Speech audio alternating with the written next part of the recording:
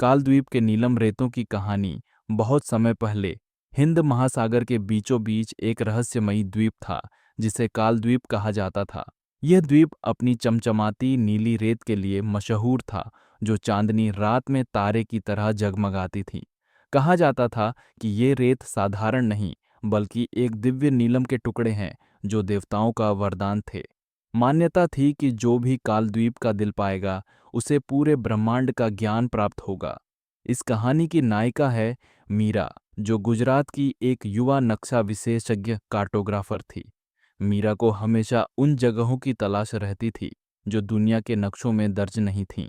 एक दिन उसने एक प्राचीन पुस्तक में कालद्वीप का जिक्र पढ़ा। किताब में लिखा था कि केवल एक दिव्य नक्शा ही इस द्वीप का रास्ता दिखा सकता है। मीरा ने ठान लिया कि वह कालद्वीप को ढूंढेगी। अपनी छोटी सी नाव, एक कंपास और अदम्य साहस के साथ वह अनजान लहरों से लड़ने निकल पड़ी। कई हफ्तों के कठिन सफर के बाद मीरा को कालद्वीप के चमकते किनारे दिखाई दिए। यह जगह किसी सपने जैसी लग रही थी।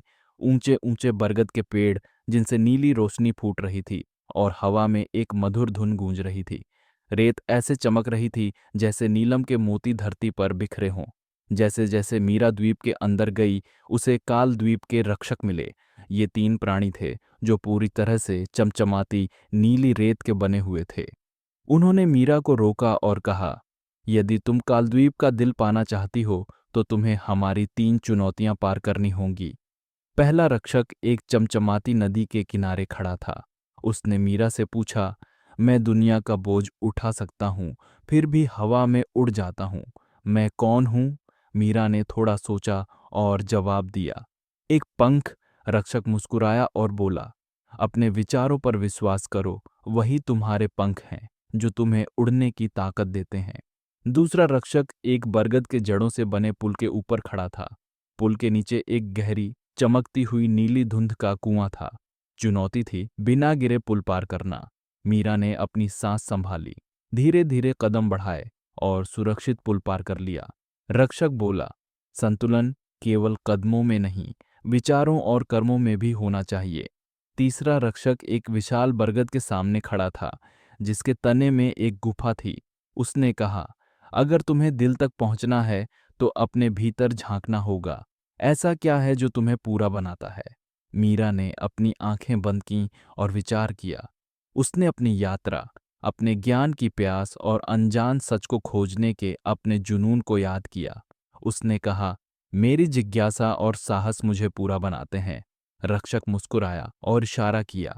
विशाल बरगद का तना खुला और उसमें एक चमकती सीढ़ी प्रकट हुई। कालद्वीप का दिल गुफा के भीतर। मीरा एक विशाल नीलम की गुफा में पहुंची। गुफा के केंद्र में एक दिव्य रत्न था, कालद्वीप का दिल, जो एक अद्भुत नीली रोशनी बिखेर रहा था। जैसे ही उसने रत्न को छुआ, उसके दिमाग में अनोखे दृश्य उमड़ने लगे। तारों का जन्म, नदियों का बहना और जीवन का खिलना। उसे एहसास हुआ कि यह दिल केवल एक खजाना नहीं, बल्कि ब्रह्मांडीय ज्ञान का भंडार था। मीरा दिल की दिव्यता को आत्मसात करके वापस आई। उसने रत्न को वहीं छोड़ दिया, क्योंकि वह जानती थी कि इसकी जगह वहीं है। उसने अपने यात्रा पत्र में कालद्वीप का नक्शा बनाया, ताकि इसकी कहानी दुनिया तक पहुंच सके।